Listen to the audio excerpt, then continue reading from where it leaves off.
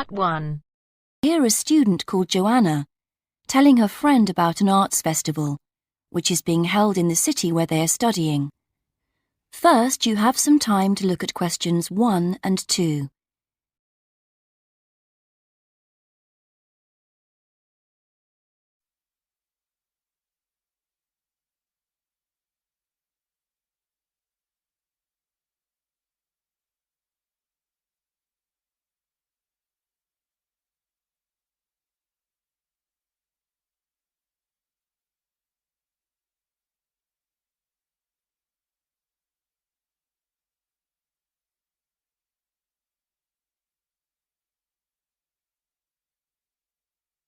Now we shall begin.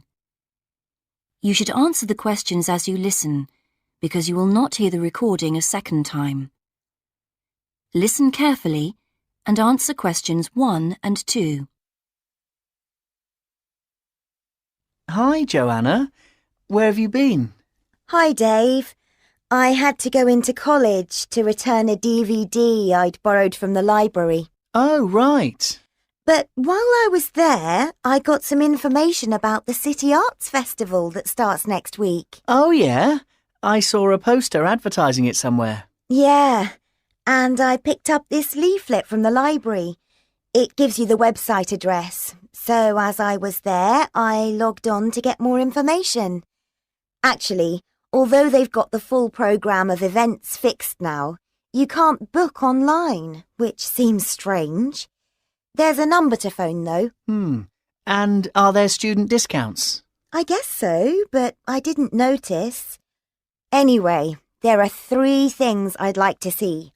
An Italian film, a rock concert, and an art exhibition. Oh. The exhibition's free, and you don't need to book, so I'll definitely go to that.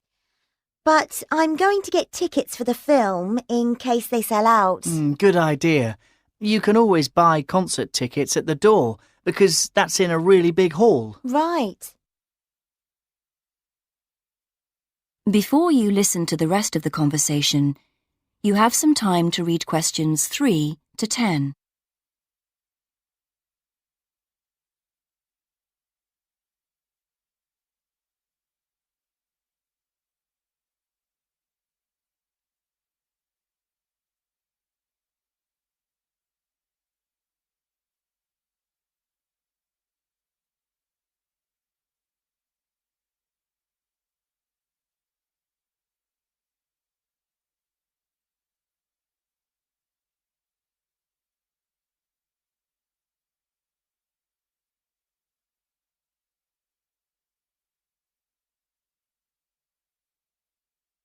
Now listen and answer questions 3 to 10. So, when does the festival actually start? Well, it's usually held the first week of October, but it's earlier this year for some reason. The opening night is September the 20th, and events go on till the end of the month. And have you got that phone number? Yeah, it's here. Look, it's 0967 990 776. OK, I'll write it down. 0967 990 776. Thanks. I thought the local council made a profit from the festival, but it says here that there's a commercial sponsor. It's a local bank. I didn't know that. Neither did I. What other events have they got on? As well as the art exhibitions and stuff that's open every day, there are special events each day. Like on Monday, there's a musical in the City Hall. That's only £3.65 for students. I think I'll give that a miss. I've got football training on Mondays, but I'm free on Wednesday. There's a jazz band on then, and that's only £2.50 for students. Sounds good. Is that in the City Hall too? We could go. Well, I'm busy actually, but it's at the sports centre if you're interested. Oh, right. Thursday's the cheapest event, Only £1.25 for students, and it's on in the library. Can you guess what it is? Probably the college choir. Actually, no. They've not been asked, apparently. Oh. No, it's a poetry evening. Isn't there any modern dance on anywhere? On Friday. That's at the college. It's quite expensive, though. £15 for adults and £12.75 for students. Oh, yes, that is a lot. If I'm going to spend that much, I'd prefer to go out on Saturday. Yeah, me too. But on Saturday night, there isn't live music or a party or anything. Just the fireworks in the city park. And that's only £1.50. Yeah, that'd be good. That is the end of part 1. You now have half a minute to check your answers.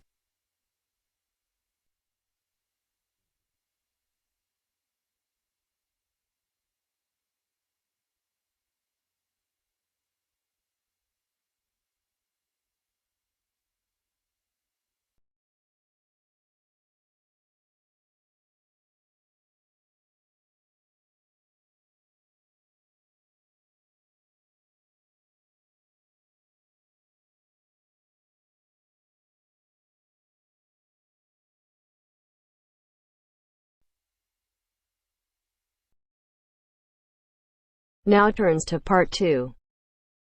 Part 2. You will hear a talk by a tour guide. First, you will have some time to look at questions 11 to 17.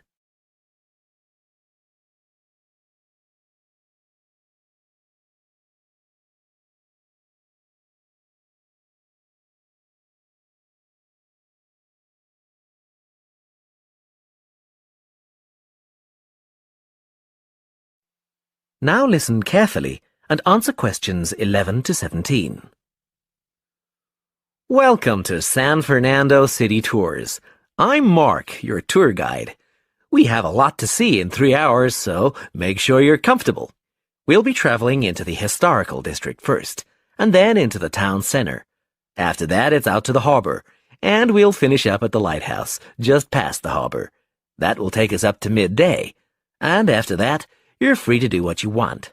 At the lighthouse, you'll have a chance to visit the tea room and take photographs of the magnificent coastline. Now, as we have only 3 hours, we won't be able to take you around the shopping district, but we think you'd prefer to look around the shops there in your own time anyway. San Fernando has some well-known tourist attractions, the lighthouse, for example, and the National Library. However, the little-known military museum is not to be missed. Be sure to visit before you leave. Now, there's a lot to do in San Fernando. Indeed, there really is something for everyone. For those who love the water, I can recommend a trip on the Seafarer, one of the most famous boats on the San Fernando River. It does an evening trip with a 3-course meal included. It's great fun for everyone, but especially for young people in their teens or 20s. After 9, there's a disco on the boat, and it gets really lively.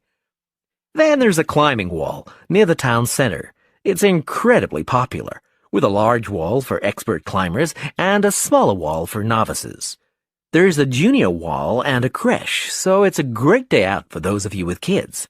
And if you like walking, there's some great walking tours. The City Sights tour is highly recommended, as is the walking tour by the coast. But that one's only for the fit, not really suitable for children or the elderly. For more mature people, or those less able to get around, I would suggest a tour around the vineyards. It can be done in the luxury of a coach, and it's a wonderful way to explore the region's wines. Before you hear the rest of the talk, you have some time to look at questions 18 to 20.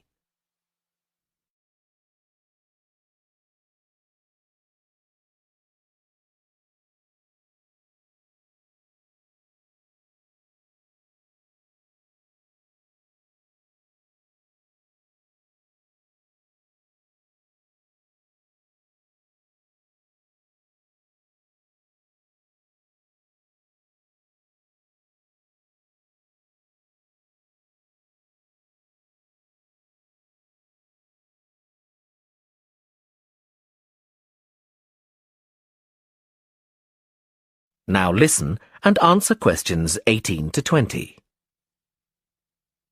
Naturally, there's a charge for all these attractions, but you can get 15% off if you have an Explorer pass.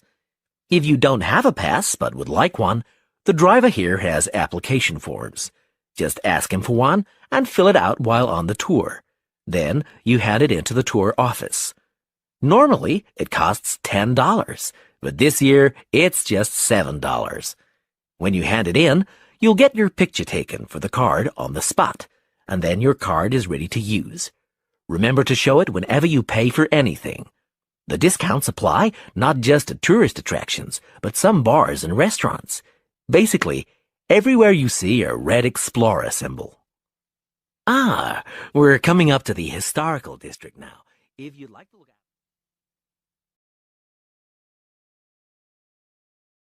That is the end of part 2. You now have half a minute to check your answers. You now have half a minute to check your answers.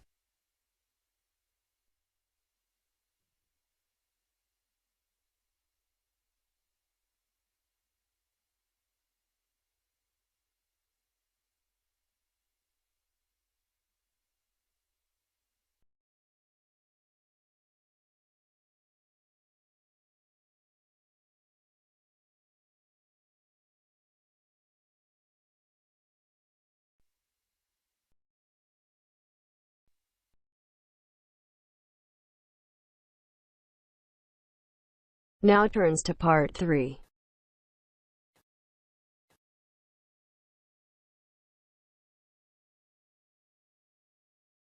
You will hear two students called Jimmy and Kathy talking to their tutor about the current research paper. First, you have some time to look at questions 21 to 25.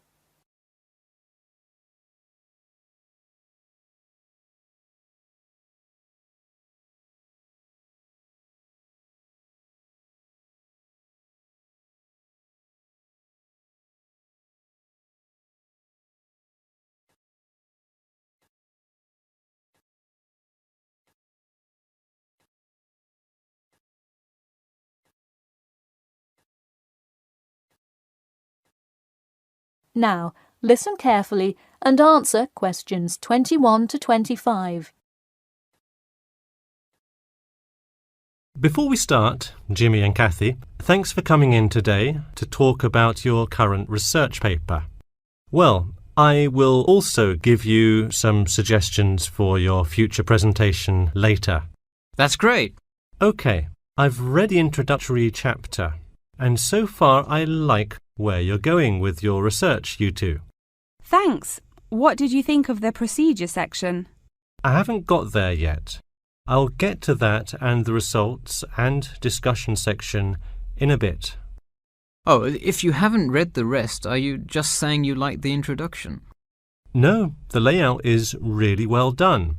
You have each section clearly marked and have the header and footer perfectly formatted. And your title page is right on the money. A lot of students have trouble with that one. To be honest, we did refer a lot to the example we received in class. That's good to do for spacing and layout, as long as you're not also copying the information. The background information is a little sparse, though. You may want to add to it. You think so? I was more worried about whether I had enough data. You definitely need more background information. I would think about finding some more online articles or doing more research in the campus library. That's a good idea. We can go tomorrow. I find it too tough finding the subject matter in the online journal database. I also like being able to flip through the physical journal as opposed to trying to scroll down on a computer. Me too. Oh, I almost forgot. I've included all of my citations in the abstract, but could you help me with the bibliography? I should be using a bibliography, right? Not an appendix. Sure, I can help with that. Yes, for this type of scientific research paper, list all sources that you cite in the body of your paper in a bibliography. Go to the website I gave you last time to see the exact way to list each source. OK, thanks. I'll do that. We still have a lot of things to fix up. Yeah, but there's a lot of good stuff here to work with. So enough about the paper. How is the presentation going? Well, it's all right. I'm going to go try out the new presentation software while Jimmy's working on the bibliography. Yeah, we are hoping to make an animation of an actual pump, but still have a lot to learn about how to do that. Before you hear the rest of the talk, you have some time to look at questions 26 to 30.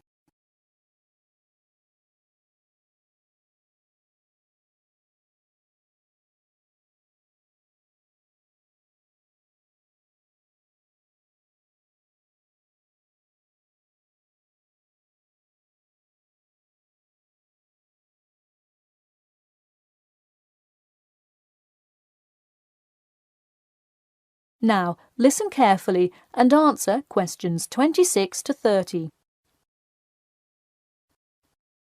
Who would have thought before we started this project that we would be able to recreate the motion of a pump?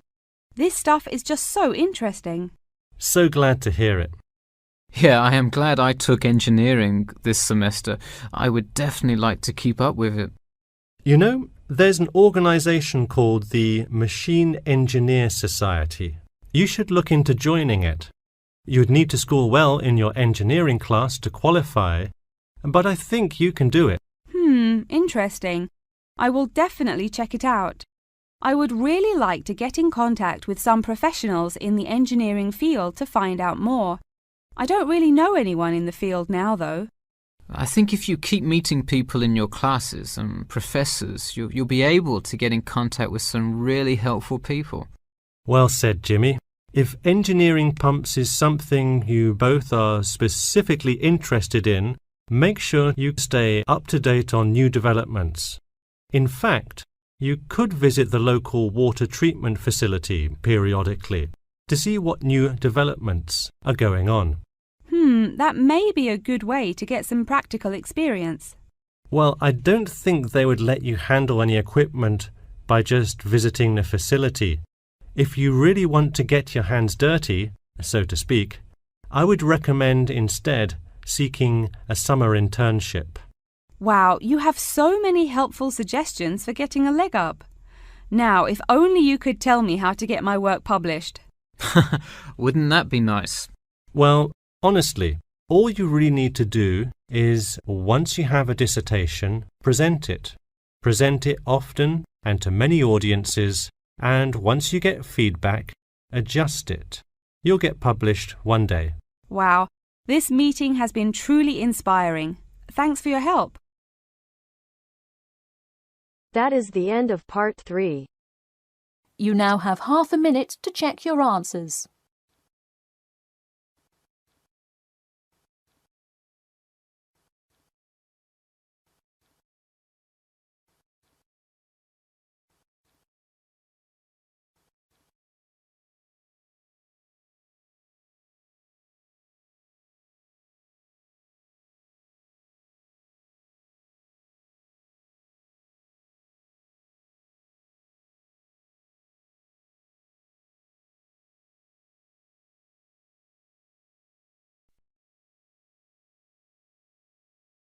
Now turns to part 4.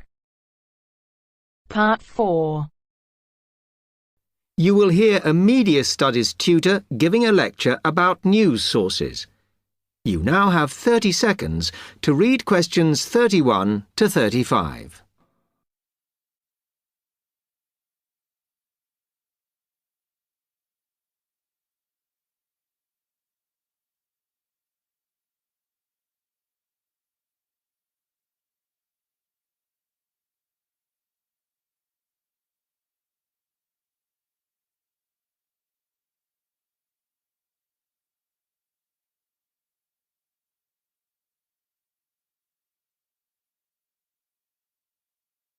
Okay, now many of you will have heard about the predicted death of newspapers, as people increasingly access the TV and the internet for their news. Today, I want to look at the USA, which has very advanced news sources, to see if this is actually true. In the USA, the main news sources without doubt are TV, the Internet, and the press. That is, traditional newspapers. And although they are each surviving and growing, they are also changing. Obviously, TV news has been around for a while, and the early evening bulletins when people get in from work are very popular.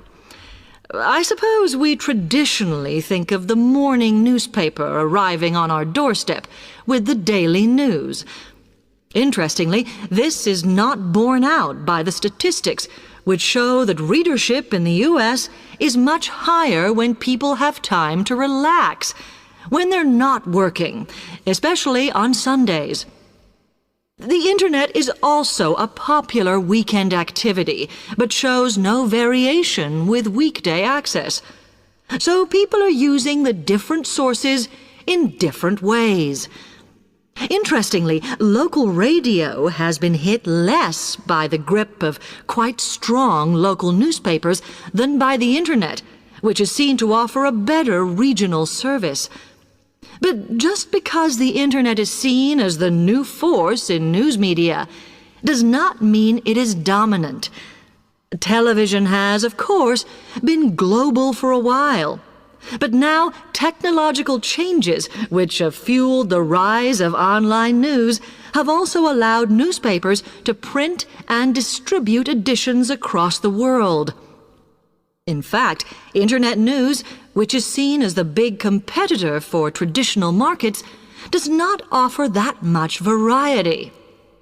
Often, the sources are the online versions of the newspapers, whereas television, in order to offer something different, has had to come up with a much more mixed bag of reporting, from hard news to light reports on celebrity events. Another issue is reliability. The Internet is virtually unregulated, so anything can be reported there, whether true or not. Journalists on newspapers have fought a long, hard battle to fight intervention and to retain the freedom of the press. Television, however, is seen as critical to political power and has become subject to harsh controls about what it can or cannot say. You now have 30 seconds to read questions 36 to 40.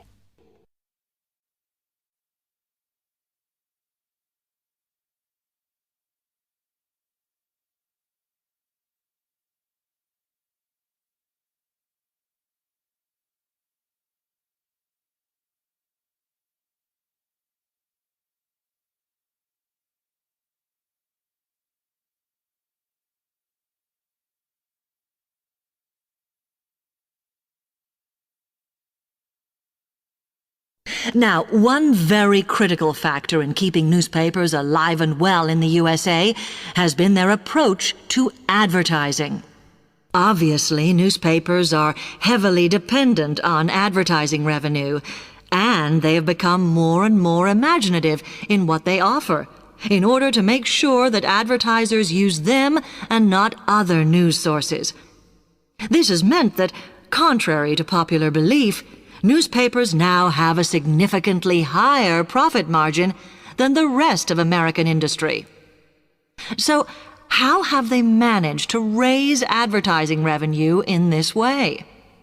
Well, they have put a lot of effort into developing and maintaining a very strong association with the retail trade. And they've come up with a winner.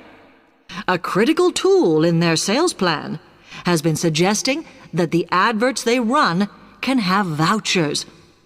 This has been enormously effective because they have found that not only do more people buy the paper to get the discounts, but also that this inevitably means much higher sales for the clients who advertised. As well as doing this, the newspapers have also introduced aggressive sales campaigns over the last few years. This has resulted in a significant and continuing rise in the number of advertisers prepared to pay the extra for full-page ads. So, what I would like to move on to